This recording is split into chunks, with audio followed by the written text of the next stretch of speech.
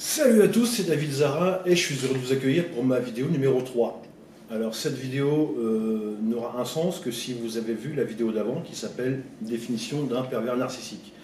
C'est une définition que j'ai faite et je voulais faire une vidéo qui suit pour pouvoir répondre aux éventuelles questions qu'on pourrait avoir, parce que la vidéo est courte, alors vous allez vous dire ouais la définition elle est bien, mais alors du coup ça sous-entend ça, moi je vais poser les questions à votre place, y répondre pour que tout soit beaucoup plus clair. On va prendre un petit peu plus de temps que la définition et on va lever le voile.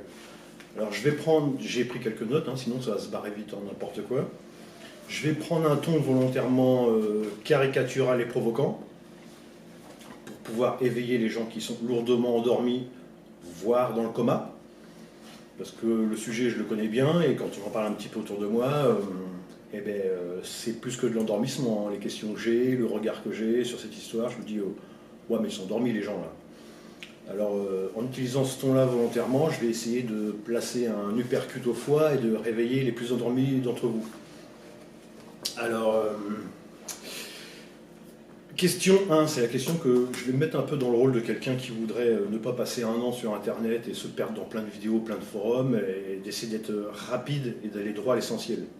Alors, la question qu'une personne pourrait se poser éventuellement par rapport à ma définition, ça serait t'es gentil David, mais si on peut exister que dans le regard des autres, comme tu l'as sous-entendu clairement dans ta définition d'avant, on va admettre 2 secondes qu'un prédateur c'est quelqu'un qui a besoin d'exister dans le regard des autres sans quoi il est rien.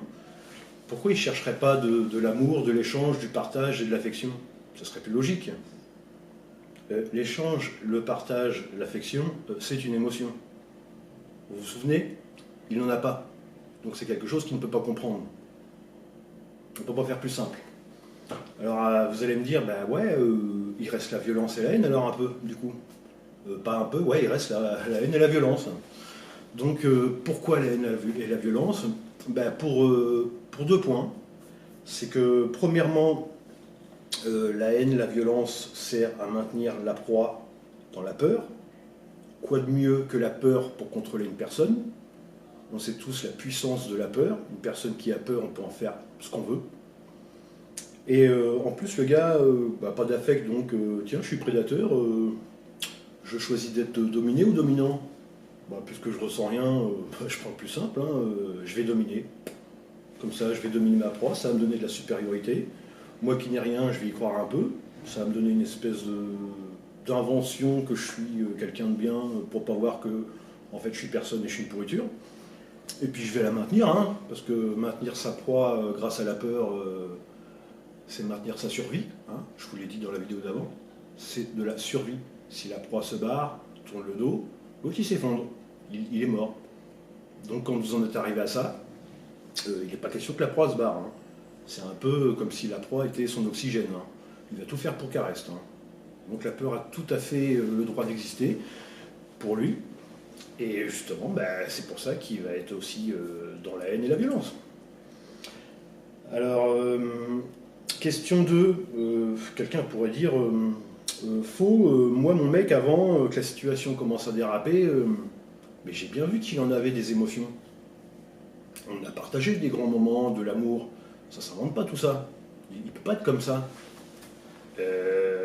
Attendez, 2 secondes là. On parle de prédateur. Vous croyez sincèrement que le prédateur il va se pointer en disant hey, salut, je suis un prédateur, je voudrais te prendre tout ce que je peux te prendre, tes émotions, te dominer, te soumettre dans la peur. Je voudrais aussi t'éloigner de ta famille, parce que plus tu me regardes, plus j'existe. Alors s'il n'y a plus personne autour de toi, tu vas me regarder encore plus, donc je vais exister encore plus. En plus, bref, trop de plus, tu le plus. Si les gens de ta famille ou les gens que tu aimes, ils te réveillent en disant fais gaffe, ce mec-là il est bizarre, c'est un prédateur, moi je vais perdre ce qui me fait respirer, ce qui me fait vivre, quoi. Alors ta famille, je voudrais qu'elle dégage, que tu regardes que moi, qu'on ne puisse pas t'influencer et te réveiller. Je vais te détruire, je vais te démolir, je vais tout te prendre, insidieusement dans le temps, petit pas par petit pas pour pas non plus que tu t'en rendes trop compte, pour que tu glisses tout doucement, sans te réveiller. Quand est-ce qu'on se marie? Qu'on fait des bébés? Mon chéri, on va à l'église demain, ton programme il est super.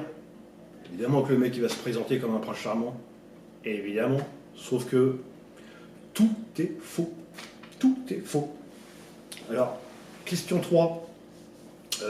Il y a la nana qui arrive en disant bah ouais, mais attends, ça peut pas être possible, dans tout ce que j'ai vu, ça peut pas être possible que tout soit entièrement faux, parce que dans chaque être humain, il y a forcément du bon. C'est pas un être humain. C'est vos yeux qui vous disent ça. C'est un prédateur. Moi, c'est la chose que j'ai le plus de mal à ouvrir les yeux. Oui, il y a des gens qui ressemblent à des êtres humains, mais qui n'ont rien de récupérable, où tout est pourri jusqu'à la moelle. Ça, c'est le plus compliqué, ça, peut-être.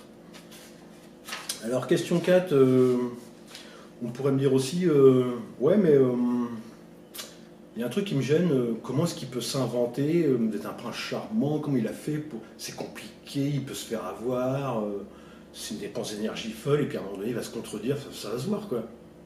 Mais j'ai jamais dit qu'il a inventé qu'il était un prince charmant, le mec, il n'invente rien. Il vous copie, il va plus simple.